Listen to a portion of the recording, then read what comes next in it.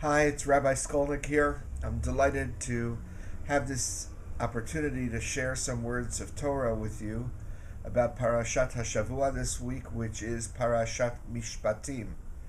Actually, this Shabbat is not just the Shabbat of Parashat Mishpatim, but it is also the first of the four special Shabbatot that precede the festival of Pesach.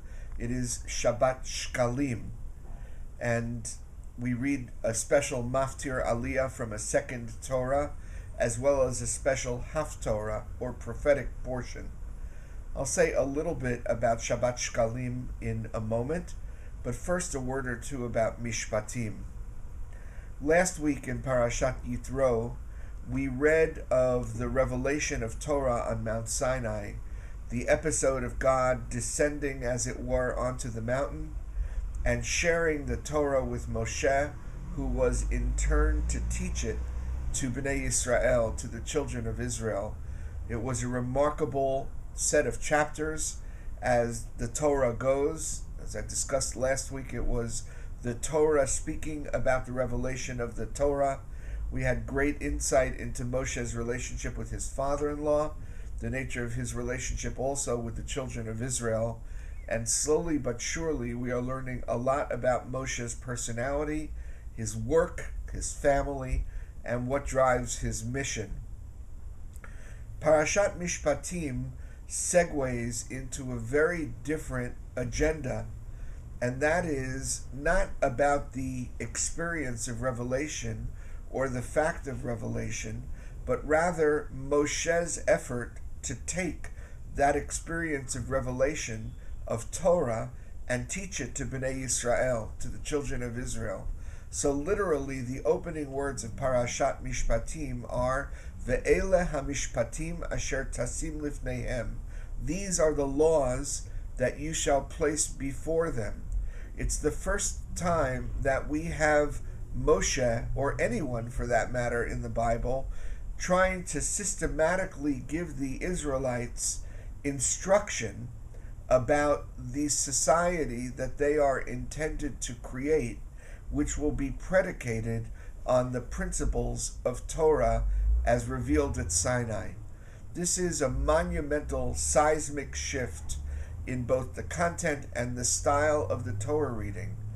It's important to remember that up until the very end of the last of the 5 books of Moses, the Israelites are not in their promised land. They are wandering through the Sinai desert for 40 years, owing to what we'll read of in a few weeks, being the sin of the golden calf.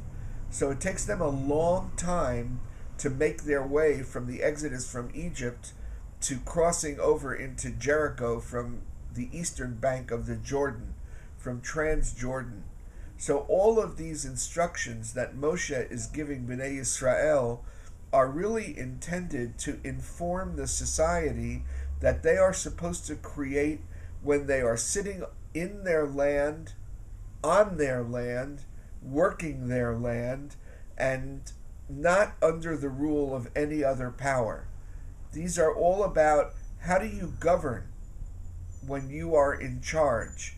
This is a timeless question, and it certainly has implications for the modern state of Israel, which is sovereign, of course, and in charge of its own affairs. One of the traditional commentaries that I've always thought incredibly meaningful has to do with a little midrashic play on the opening verse.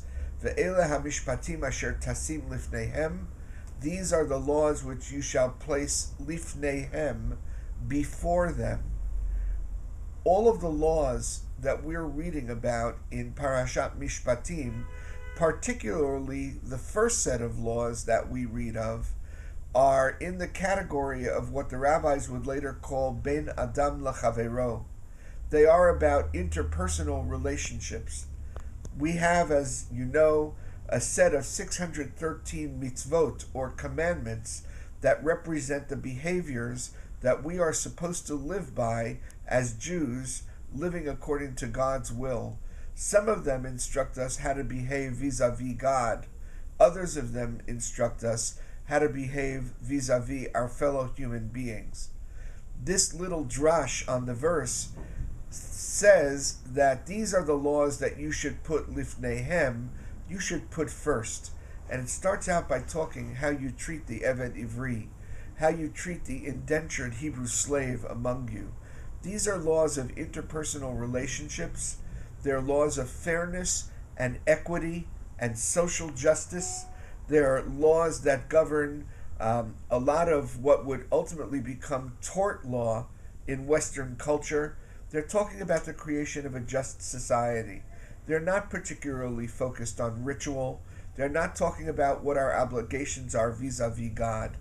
They are predicated on the notion that God wants us to live fairly, equitably, in a society that we can be proud of based on Torah values. A word about Shabbat Shkalim. As those of you who have spent any time in Israel will know, the shekel was the ancient currency of Israel, which gave way in the modern era to the lira, but then was returned to the shekel some years ago, so that Israelis earn their salaries in shekel, in shkalim. In the ancient world, the shekel was the unit of currency. And one of the means of taking a census was the institution of machatzit hashekel, of the giving of a half shekel, which we will read about in just 2 weeks' time in Parashat Ki Tisa. And that was a useful vehicle for counting the number of households. It was a half shekel per household, and it also had the ancillary benefit of defining who would constitute a fighting force. Miben Esrim Shana Vamala, either 20 years or up, or any one of a number of other guidelines that the Torah gives. It enabled them to know how large of a fighting force they could muster, and also it was a census of households that gave them a rough idea of what the total size of the Israelite community was. The other function of Machatzit Shekel, particularly in the times of the temple in Jerusalem, was that it was given over to what we read about in the Haftarah, which is Bedek Habayit. Bedek Habayit means that if there were repairs that needed to be done in the Beit HaMikdash, if you collect a half shekel from every family unit, you have what in contemporary parlance we would properly call a refurbishing fund or a capital fund that enabled them to make repairs if there were breaches in the temple walls or anything that needed to be done.